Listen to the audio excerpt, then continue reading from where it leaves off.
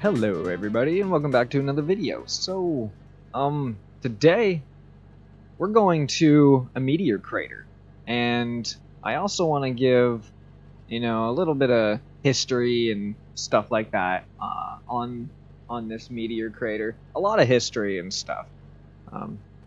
So I think it's going to be pretty interesting. I randomly selected this airport, so I hope this is the right airport. It doesn't even look like one. I'm on grass, and what's in front of me? I just hope that there's no houses or anything. This is a very sketchy runway. So there were no like terminals or anything that I could start and turn on my plane.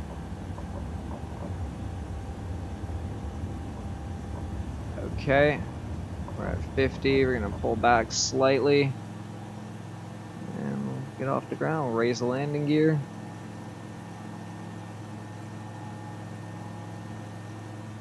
Just keep this angle here for a little bit. And, I don't think I need the map anymore. Flaps up. Okay. And should be right over here. Yes, that's what I'm talking about. Cool. I had no idea if this airport was actually nearby. So I'm gonna fly in third person here. I hope it's not too loud, and I hope it doesn't really drown me out.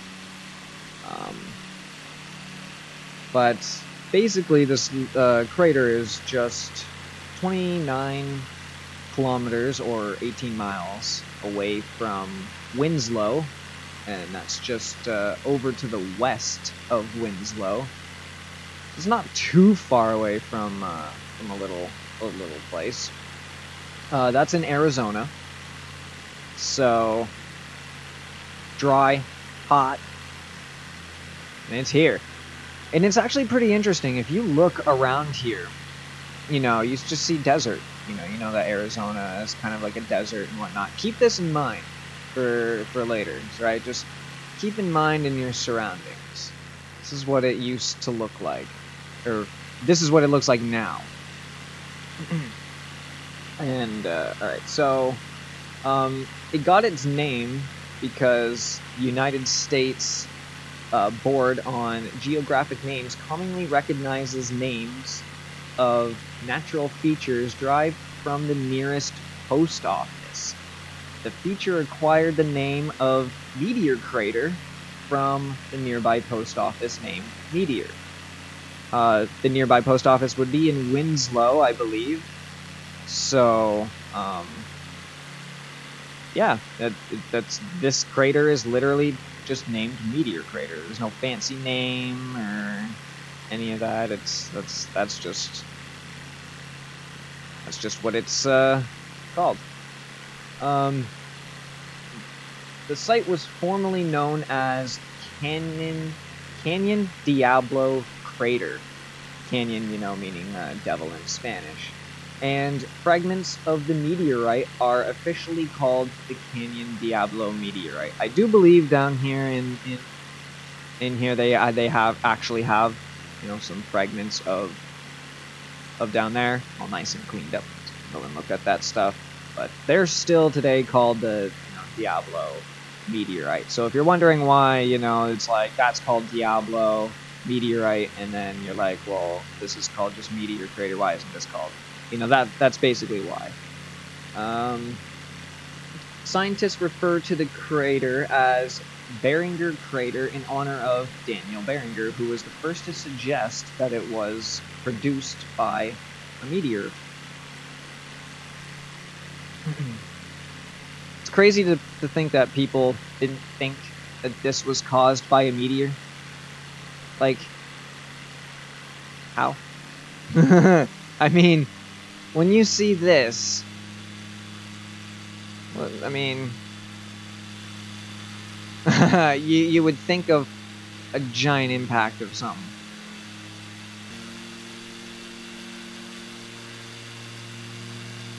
Okay, let's go deep in here.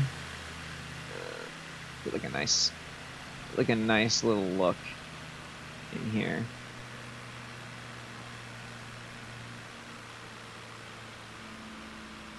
Ooh. Try and get out. Oh no. Oh shit, we're coming in for a stall.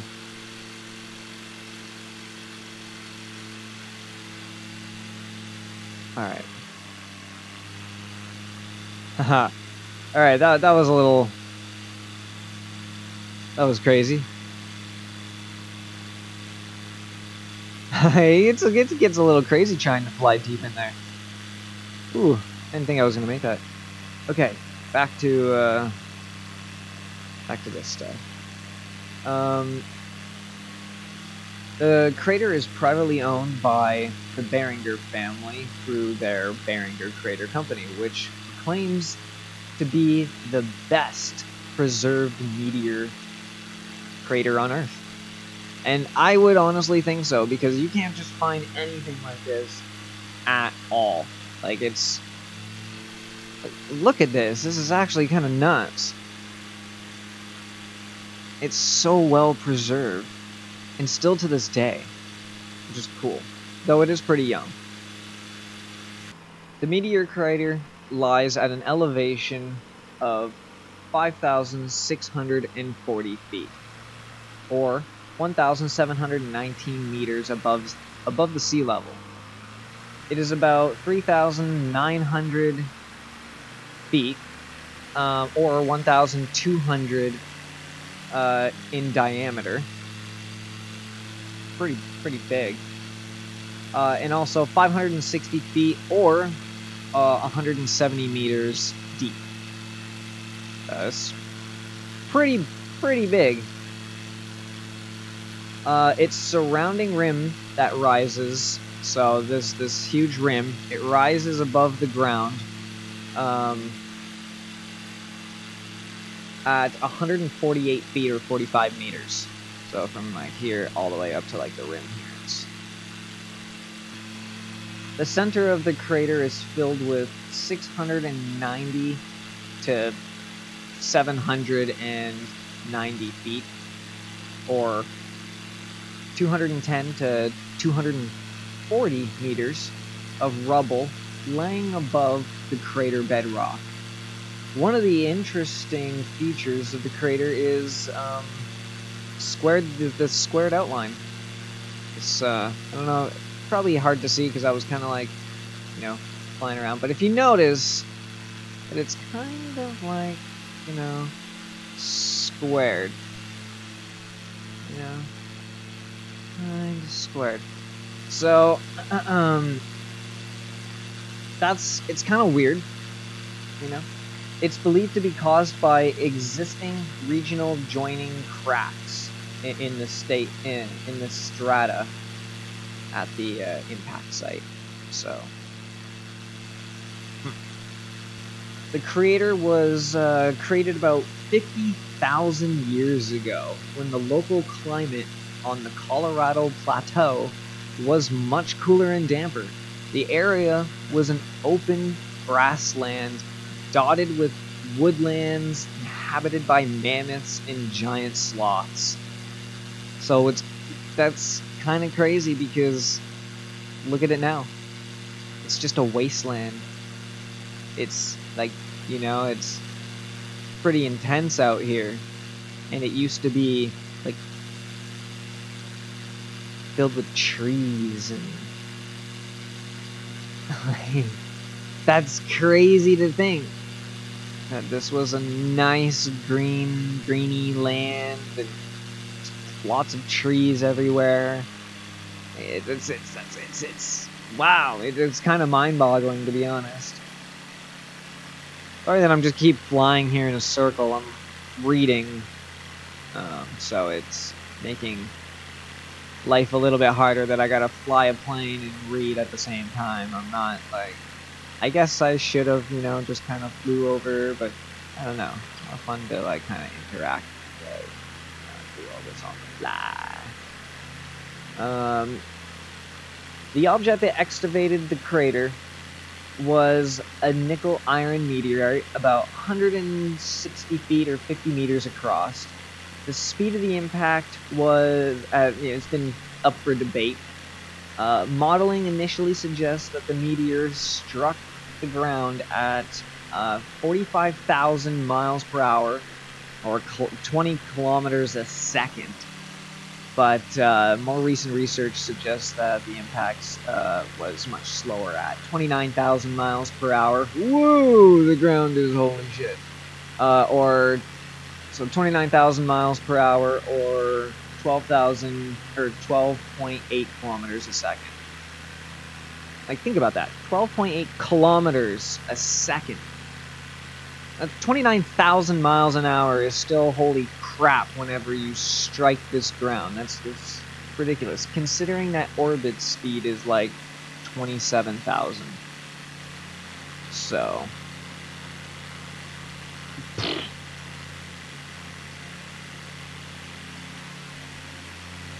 It's believed to be half the size it was whenever it hit the ground, because it just disintegrated through the atmosphere as it was coming down through the different layers of the atmosphere. It just breaks up, and it was about half the size of it initially was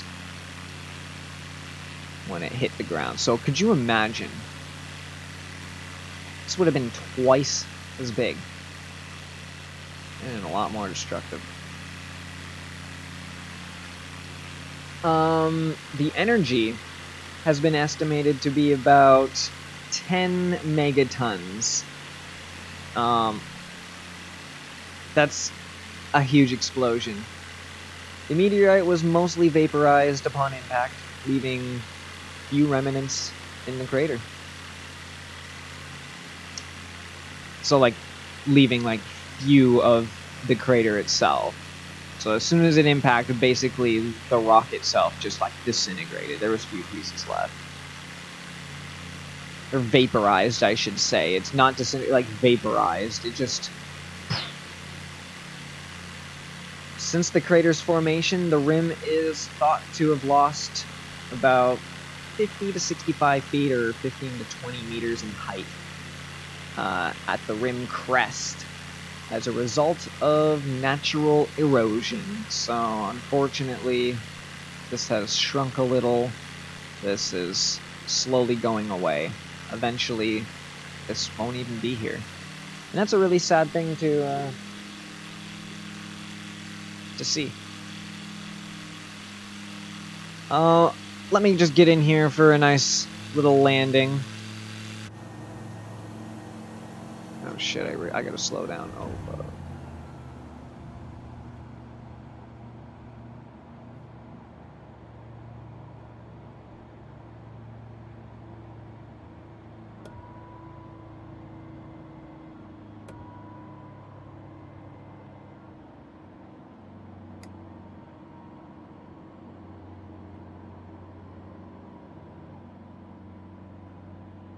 take her slow and easy down in here.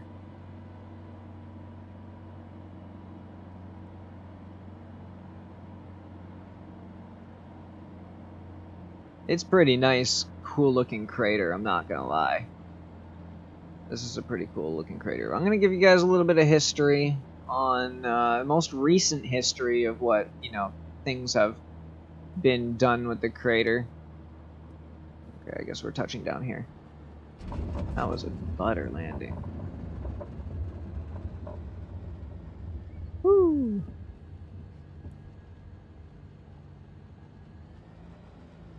Alright. I'll fly over here to the center. Or wheel.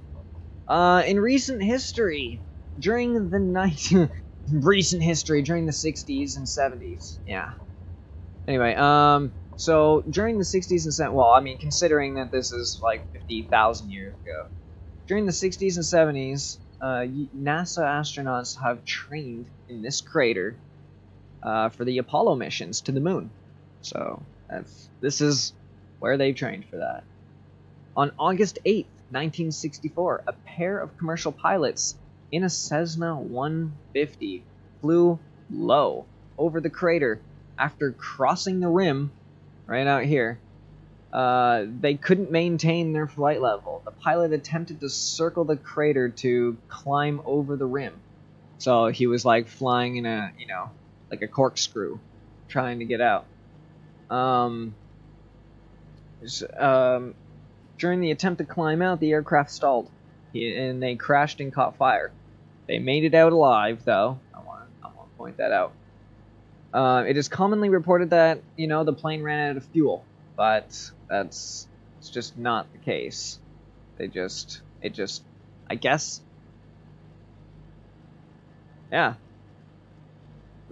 They just lost air in here. I guess it's just a really weird place for, like, air to be. I don't know.